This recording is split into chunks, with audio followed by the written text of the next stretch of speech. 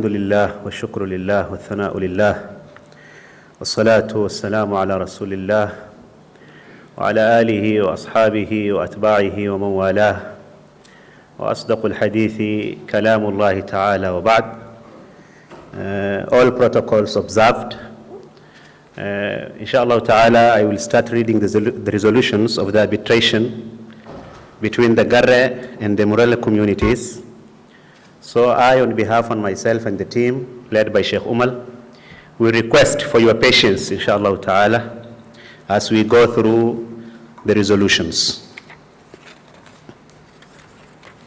Resolutions of the arbitration between the Garee and the Murulle communities held from 11th January 2021 to 8th February 2021, issued by the presiding arbitration committee on the 8th day of February 2021.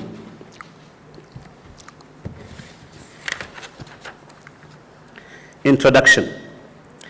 The arbitration committee was called upon to intervene and facilitate the resolution of the recurring disputes between the Garee and the Murulle communities. This recurring dispute, unfortunately, caused damages such as death, injury, and destruction of property. The stakeholders who contacted the arbitration committee and facilitated the process include, without limitation, representatives from the national government, the county government, National Cohesion and Integration Commission, NCIC, Interpeace Organization, and community representatives from both communities, led by the two sultans, who further gave an undertaking consenting to the process. Gratitude is extended to all parties involved in the arbitration process. The arbitration committee presided over the matter between the Garee and the Murulle communities in the period between 11th January 2021 and 7th February 2021. This arbitration process was based on the principles of Sharia law, as well as on the concurrent national values and principles of governance, as stated under Article 10 of the Constitution of Kenya 2010. In addition to the recognition and the recommendation of this process by the principles of Islamic Sharia, it is also in line with Article 159 of the Constitution of Kenya 2010, which recognizes alternative dispute resolution mechanisms.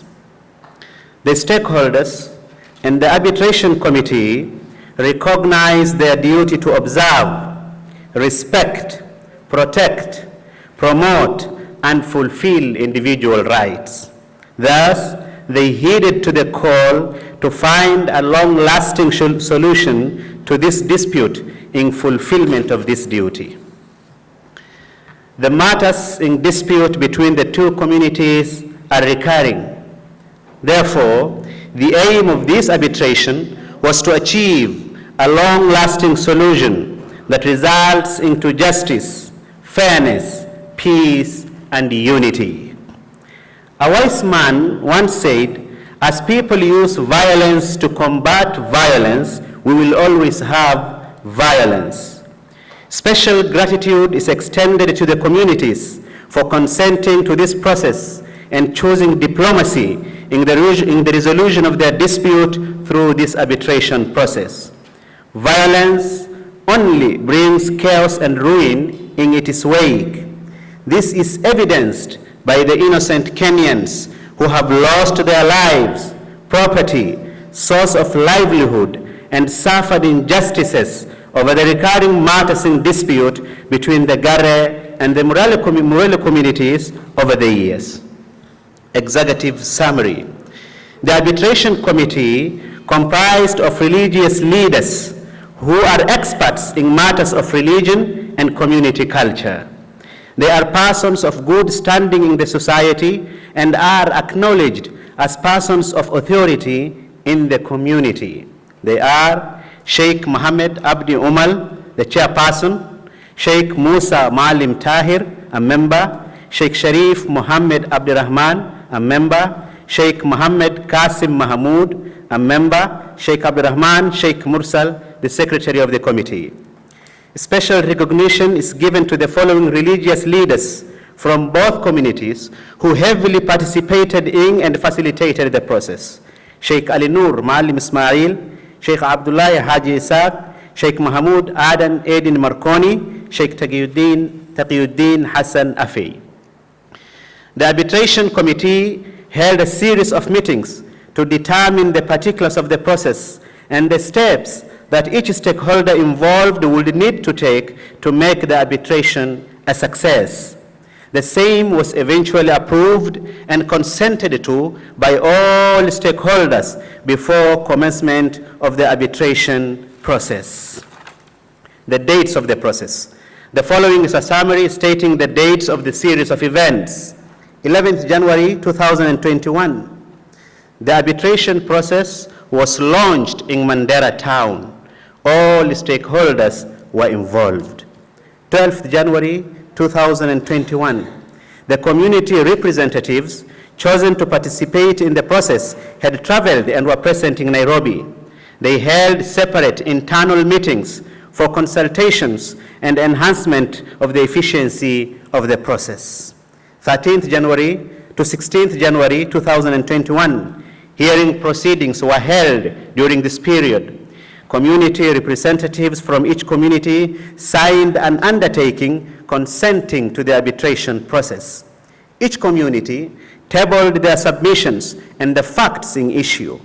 Each community also stated the prayers they seek and their perspective on what the solution to the dispute between the communities should be.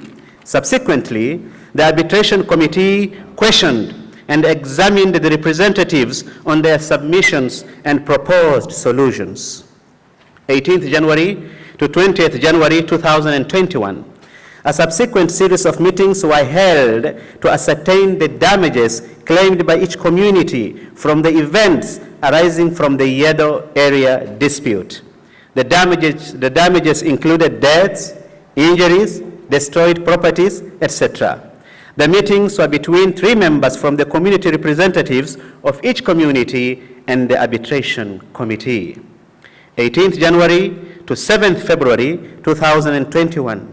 The arbitration committee met to deliberate over the submissions of each community and endeavored to give resolutions that can ensure an everlasting peace between the Garee and the Murulle communities. 8th February 2021. A closing ceremony marking the closure of the process and announcing to the stakeholders involved the resolutions of the arbitration committee held in Mandera town. Submissions. The Murulle community submissions. Facts in issue. The following points were among the issues which the Murulle community raised in their submissions. Point number 1. That the Garee community does not respect their land boundaries. This has led to creation of new locations and or settlements in their community land by the Garee community such as Yedo. That the Garee community has not honored and implemented some items in the previous accords, such as the resettlement of the members of the Murulle community who were displaced from their homes. Point number 3, that the locations and towns in dispute rightfully belong to them as per the land boundaries indicated in the colonial maps. The absence of government role in resolving these recurring disputes. Prayers sought. The main prayers sought by the Murulle community were as follows: that the community land boundaries be promptly and clearly demarcated as per colonial maps. Disbandment of all settlements established by the Garee community on land believed to be part of their community land.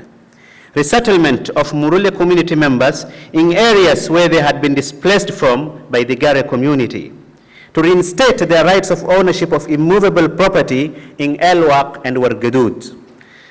that the government should take its responsibility and role in resolving this recurring dispute.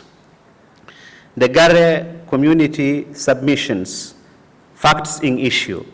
The following points were among the issues which the Garee community raised in their submissions. Failure by the Murulle, point number one, failure by the Murulle community to implement previous resolutions passed between the two communities. That they are the ones who welcomed the Murulle and allocated them the lands in which they reside today. Hence, this makes them the rightful owners of the lands in dispute, including Yedo. That members of the Garee community have been displaced by the Murulle from previous locations and settlements. That among the main causes of the recurring disputes between the Garee and the Murulle is as a result of conflicting cultures. The absence of government role in resolving these recurring disputes. Prayers sought. The main prayers sought by the Garee community were as follows: that the community land boundaries between the Garee and Murulle be promptly and clearly demarcated as per administrative and or constituency boundaries. That all the items in the previous accords between both communities be fully implemented for peace to prevail. The resettlement of Garee community members in areas where they had been displaced from by the Murulle community. Disbandment of all settlements established by the Murulle community on land believed to be part of their community land. Compensation for all bloodshed and damages caused by the Murulle community. That the government should take its responsibility and role in resolving this recurring dispute. Issues for consideration. The Arbitration Committee has framed the following issues as the main causes and reasons for the recurring disputes between both communities. Point number one, difference of opinion on community land boundaries. The Garee community hold the position that their community land boundary is per ECK maps. The Murulle community hold the position that their community land boundary is as per the colonial maps.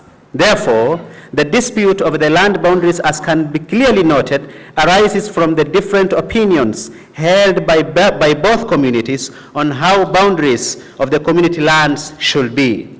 This difference of opinion is as a result of lack of clear demarcation of boundaries, whether as per ECK maps or the colonial maps.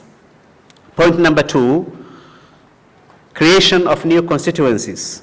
There are also claims of marginalization brought about by the unjust demarcation of the constituencies. This has brought inequality in power sharing between the two communities, hence creating conflict. Point number three, lack of government role in the following: the reluctance by the government from the clear demarcation of community land boundaries between the two communities. The lack of clear community land boundaries is the basis of dispute between the two communities. The lack of the government's effort in ensuring implementation and enforcement of the terms of the previous accords between the communities is also among the reasons of dispute. Point number five, propagation of false news, spreading of false news or propagation of hate speech within the communities, thereby compromising the peace between them. And point number six, loss of trust. There has been loss of trust between the two communities as a result of the recurring disputes. The resolutions passed by the Arbitration Committee. The Arbitration Committee has done an in-depth analysis of the issues framed from the submissions given by both communities and have decided to divide their resolutions into A, final or permanent resolutions which will uproot the recurring disputes, and B, interim resolutions for the current disputes which will be in force until the final resolutions are in place. Note, The Arbitration Committee resolutions are binding to both communities as per their undertakings dated 16th January 2021. Both communities are therefore reminded of their obligation in the implementation of these resolutions to ensure that a long-lasting solution to the dispute is realized.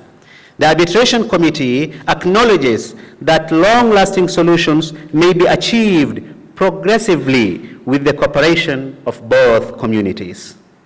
The final resolution to ensure lasting peace. The final, or in other words, the permanent solution to these disputes is that the community land boundaries must be clearly demarcated. The Granada I Accord, signed by both communities on the 15th of August 2020, states that demarcation of the land boundaries is the final solution for the recurring disputes. Given that the demarcation of boundaries is an institutional factor which is beyond the ability of the Arbitration Committee, it shall only be realized through prompt action of the government and the other stakeholders. The government and all stakeholders in this arbitration have a role to play. The demarcation of the land boundaries must be done. The demarcation of the land boundaries must be done in not more than 6 months. In not more than 6 months after the issuance of these resolutions to ensure that peace and unity prevail. Interim resolutions to address the current or the recent disputes. The Arbitration Committee, in consideration of the significance of peace and its essentiality for human life, that the unjust killing of a human being is more grave and heavier than the extinction of the heavens, the earth, and all creatures living in them, that the current settlements and locations are sufficient for the communities. Hence, there is no need forcing the establishment of new settlements and locations. The need to prevent problems before their occurrence, as prevention is better than cure, in consideration for all those points, have made the Arbitration Committee have made the following interim resolutions to solve the current disputes. Neither the Garee community nor the Murulle community shall establish new settlements and or locations in the land areas under dispute, which includes the Yado area, until the clear demarcation of community land boundaries. All persons should be aware that defiance of this resolution may cause unrest and compromise the peaceful coexistence between the two communities, leading to an eruption of violence and more bloodshed. Point number 2, that development projects, point number 2 on the interim resolutions, that development projects cannot be initiated in the land areas under dispute until the clear demarcation of land boundaries between both communities. This is in prevention of fresh inter-community clashes. Point number 3, that locations already created by both communities before the recent dispute to exist and peace to prevail in them, pending the clear demarcation of community land boundaries. Point number 4, there have been previous accords with an aim to end conflict between the Garee and the Murulle communities. The 2005 UMAL Accord and all related accords addressing various disputes or issues, including but not limited to resettlement of those displaced from their homes, must be respected, honored, and implemented. Point number 5 on the interim resolutions, disputes over grazing areas, water points, and rape claims, in brackets, rape, farms, pasture, water, protection of tree and vegetation cover, and clear killings shall be addressed through implementation of clause 7.3, resolutions on agenda 4, and becoming behavior of the 2005 UMAL Accord. Point number 6, among the interim resolutions, all perpetrators of acts of violence from both communities shall not be spared or tolerated. both communities are urged to cooperate with the government and the stakeholders involved in the apprehension of the perpetrators so that justice may be served. This shall ensure lasting peace and it shall fortify our national security. The community from which the perpetrator has been identified has a duty to assist in the apprehension and detention of the perpetrator until reparations have been made. The following resolutions have been given in the damages resulting from the recent Yedo disputes as part of the interim solutions. Damages emanating from the Yedo clashes. The series of events regarding the Yedo area dispute caused a lot of pain, loss of life, property, and trust between the two communities. The claims for damages raised from the submissions made by both communities were as follows. Point number 1, a total of 8 people have been killed from both communities, 5 men and 1 woman from the Garee community and 2 men from the Murulle community. Point number 2, multiple injuries, some fatal, were sustained by numerous people. Point number 3, on the damages from the other clashes, there were multiple claims of women being raped during the inter-community clashes. Some claims of rape were agreed upon by the communities while others were disputed.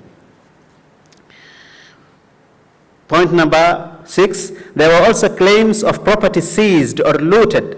Some of these properties are currently in possession of either community. There were claims of property permanently destroyed or burnt during the inter-community clashes. There was an unfortunate but unverifiable incident where a man was sprayed with bullets while driving a bus. The perpetrators were not acknowledged by either community, and as such, the identity of the culprits remains unresolved. Awards given by the Arbitration Committee for damages from Yedo clashes. Point number 1 to be addressed, killings. After analyzing the claims concerning killings, the Arbitration Committee noted that the Murulle community has committed extra killings and should therefore pay 350 camels. After analyzing the claims concerning killings, the Arbitration Committee noted that the Murulle community has committed extra killings and should therefore pay 350 camels as blood compensation for the extra killing of 3 men and 1 woman from the Garee community. The two communities are at liberty to agree whether the compensation will be by camels or the price of the camels. This compensation is to be paid over a period of 3 years, commencing from the date of issue of these resolutions. 3 years from the 8th of February 2021. Hence, in the first year, 150 camels or their price shall be paid. In the second year, 100 camels or their price shall be paid. In the third year, 100 camels or their price shall be paid. A point to note here on the blood compensation. The blood compensation mentioned above belongs only to the heirs of those who have been killed and shall be divided among them in the form of percentage. The tribe has no authority whatsoever to give the compensation to any other party or utilize the compensation in any other way. Injuries. As for the injuries, the committee noted that some injuries were light while others were heavy. These are the injuries that resulted from the Yedo clashes. The Arbitration Committee resolved to omit the light injuries that each community suffered for the general good of all and for inability by the Arbitration Committee to verify them. As regards to the heavy injuries, the committee considered the case of Muhammad Nur Somo Dikka from the Garee community and ruled that the Murulle community should pay him a compensation amounting to a total sum of Kenya shillings 300,000. A compensation amounting to a total sum of Kenya shillings 300,000, which shall be paid within a period of 1 month from the date of issuance of these resolutions, 1 month from 8th February. Point number 3, on the other damages, rape. There were also claims by the Garee community of multiple rape cases committed by persons from the Murulle community.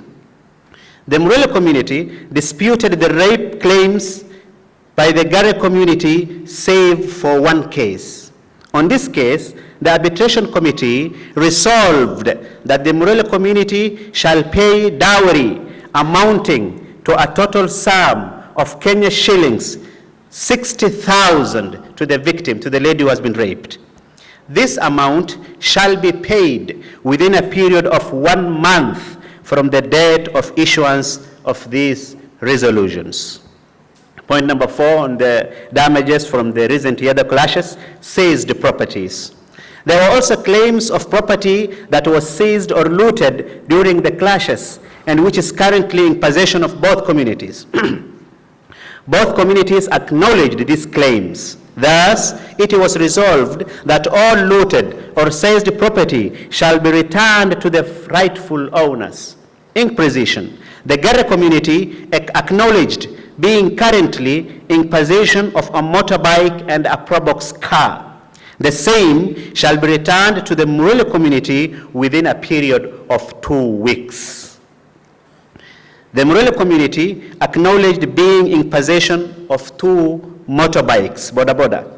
The same shall be returned to the Garee community within a period of 2 weeks. Destroyed properties. The claims for burnt or destroyed properties during the clashes of Yedo, the recent clashes, were tasking to verify. After intense deliberation, the arbitration committee resolved as follows: that clause 7.2, resolutions on agenda 3, wealth and property of the 2005 UMAL Accord would apply for properties burnt or otherwise destroyed. In addition to that, the county government of Mandera is urged to take action in the proper verification of these claims where applicable, and afterwards endeavor to console the victims and remedy the damages suffered by them. All stakeholders shall facilitate the implementation of these resolutions. Both communities shall respect, honor, implement, and adhere to these resolutions. Recommendations and advice from the arbitration committee to the communities. All communities should fear Allah subhanahu wa ta'ala and keep away from all that can cause his punishment in both worlds, and as well repent from all previous wrongs. That both communities must abstain from shedding innocent blood, as this is the second greatest sin in Islam and leads to the curse of Allah, his wrath and punishment in the hellfire until eternity. That both communities should keep away from any act that can result into breach of peace and peaceful coexistence between them. National integration and cohesion is core to achieving national unity. Therefore, both communities should promote and enhance the spirit of good neighborhood, peaceful coexistence, and integration based on good faith. The advice to the community representatives and elders to respect and fully implement all the peace accords or resolutions reached by both communities. The Council of Elders from both communities under the leadership of the sultans must be vigilant and very active in the resolution of disputes between the communities. Community elders and all representatives must abstain from any acts of incitement that may compromise peaceful coexistence. Advice, or other words, recommendations to the governments, the national and the county, and all other stakeholders. Some of the notable values and principles enshrined in our noble Islamic Sharia include preservation and promotion of human dignity, equality, social justice, inclusiveness, human rights, non-discrimination and protection of all humans, good governance, integrity, transparency and accountability, as well as sustainable development. Therefore, all political leaders and persons of authority in the society must ensure that they are rigorous in their adherence to these values and principles. They must preach peace, love, and unity among the people and facilitate the achievement of the same. The national and county governments should take a more active role in the resolution of disputes between the communities by ensuring apprehension of all perpetrators of unlawful acts and their prosecution, thereby serving justice to the victims. The national and county governments must also intervene and ensure the implementation of these resolutions and previous peace accords, including the 2005 UMAL Accord, with the help of all stakeholders to ensure that long-lasting peaceful coexistence is achieved. All the stakeholders must be keen to identify propagators of hate speech and incitement through all avenues, including but not limited to social media, and take action against them in collaboration with the concerned authorities. The national and the county governments, together with all stakeholders, should establish a permanent joint task force comprised of members from both communities. The core function of the task force should be to contain, verify, and resolve disputes before eruption of violence in collaboration with the concerned agencies. Conclusion. The Arbitration Committee extends sincere appreciation after Almighty Allah to any person, whether government official or the general public or any institution, which took part and was instrumental in resolving this matter. We pray, may Almighty Allah unify our hearts and purify them from the evils of tribalism. May He, by His will, power, and majesty, bless us with brotherhood, unity, and love, and enable us to live peacefully in our regions. Allahumma ameen. By signing this document, the following persons authenticate these resolutions of the arbitration between the Garee and the Murulle communities as the Arbitration Committee. Signed by Sheikh Muhammad Abdi Umal, the chairperson, Sheikh Musa Ma'alim Dahir, a member, Sheikh Sharif Muhammad Abdurrahman, a member, Sheikh Muhammad Qasim Mahmoud, a member, and Sheikh Abdurrahman Sheikh Mursal, the secretary.